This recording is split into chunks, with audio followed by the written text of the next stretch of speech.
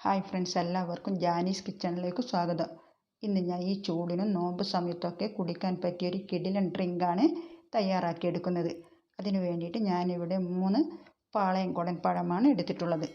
അത് ചെറിയ കഷ്ണങ്ങളാക്കിയതിന് ശേഷം നമുക്ക് ഒരു മിക്സിയുടെ ജാറിലേക്ക് ചേർത്ത് കൊടുക്കാം. പിന്നെ നമുക്ക് കുറച്ച് ബദാമും അണ്ടിപ്പരിപ്പും വെള്ളത്തിലിട്ട് കുതിർത്തി എടുത്തിട്ടുണ്ട്, അതും കൂടി ചേർത്ത് കൊടുക്കാം. ഇനി നമുക്ക് മധുരത്തിനാവശ്യമായിട്ട് കണ്ടൻസ്ഡ് മിൽക്ക് ചേർത്ത് കൊടുക്കാം. ഇതിന് പകരമായിട്ട് നമുക്ക് പഞ്ചസാരയും ചേർത്ത് കൊടുക്കാം.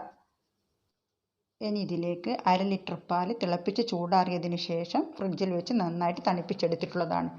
ആദ്യം നമുക്ക് കുറച്ചൊഴിച്ച് കൊടുത്തിട്ട് ഇനി നമുക്കിത് നന്നായിട്ടൊന്ന് ബ്ലെൻഡ് ചെയ്തെടുക്കാം.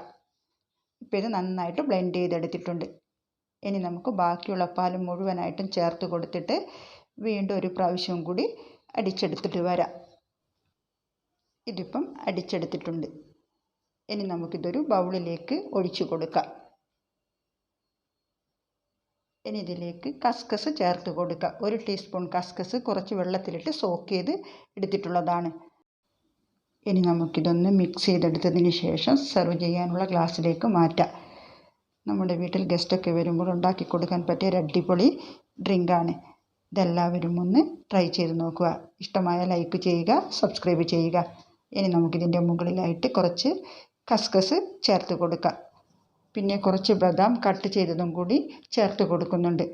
ഇനി നമുക്ക് അടുത്ത ദിവസം മറ്റൊരു റെസിപ്പിയുമായിട്ട് വീണ്ടും കാണാം. Okay, thank you.